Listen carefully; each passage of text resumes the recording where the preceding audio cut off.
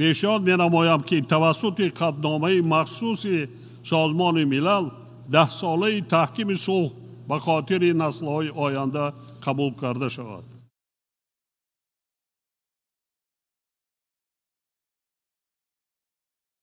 به خاطر آینده از نتیجه این سمیت به شرایط راست می آید که در منطقه های گوناگون سیاره میلیون ها نفر مردم آسایشته و خف و تهدیدهای گوناگون امنیتی دچار شدند.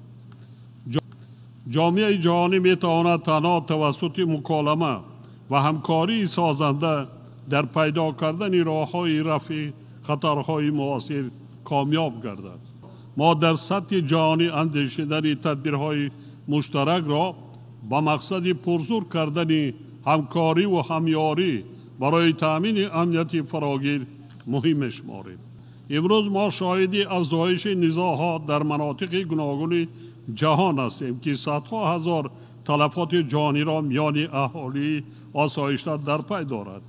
مراقبت دولت‌ها را ضرور است که اطراف هدف‌های عمومی با مقصد تأمین صلح پایدار در تمام کره زمین و خاتمه بخشیدن بر رنج و عذاب آدمان بر اثر جنگ‌ها و پیامدهای دهشتبار آنها متحد شویم.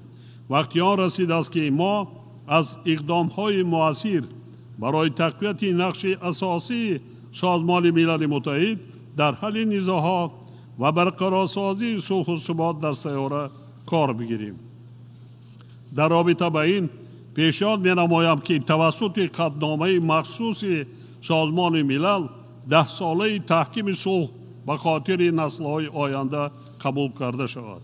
همزمان با این ضرور می‌شماریم که سازمان ملل متحد و نهادهای آن اینچنین مؤسسه‌های بین‌المللی و منطقوی مالیوی در هماهنگسازی تلاش‌های جامعه جهانی با مقصد رسیدن به رشد استوار اقدام‌های فعالتر و راه‌اندازی نماید. اطمینان دارم که سمیت امروزه برای بررسی عمیق و حل مشکلات جهانی معاصر زمینه مناسب خواهد گذاشت.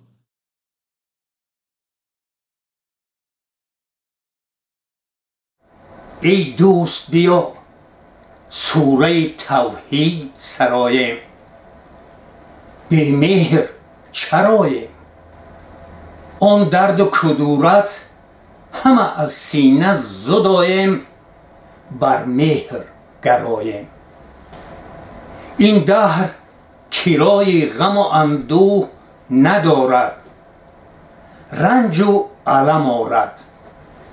گر یار خداییم و به ایمان خداییم، باید به خداییم. ای دوست جهان هست چه زیبا و مجلا، با قدرت الله با مهر و مهش بر سر ما شعشع پالا، جان بخش و دلارا. باید بفزاییم فر و زینت آن را با پاکی دلها، تا مهر کند تنتنه در همه دنیا با امر تعالی. جز مهر و وفا ما غم سرمایه نداریم، محتاج به یاریم. ارمان و هوس غیر از این وایه نداریم، شکرانه گزاریم. همسایه کند سایه اگر از سر شفقت، با مهر و محبت. آزرده دلی با حق و همسایه نداریم، ما صلح شیاریم. ای دوست سرایم بیا لطف خدا را، این است مدارا. رخشنده کند مهر و مه و صلح و صفا را، اندر همه دنیا. تا بر دل ما مهر به هر روز و شب آرد، بر دل طرب آرد. خوانیم به محفل غزلی مهر و وفا را، با لحنی گوارا. بار کتاب شعر مرا خوانده آگه، آید ز لحن و نکهت شعر سفید تو بوی امید گفت.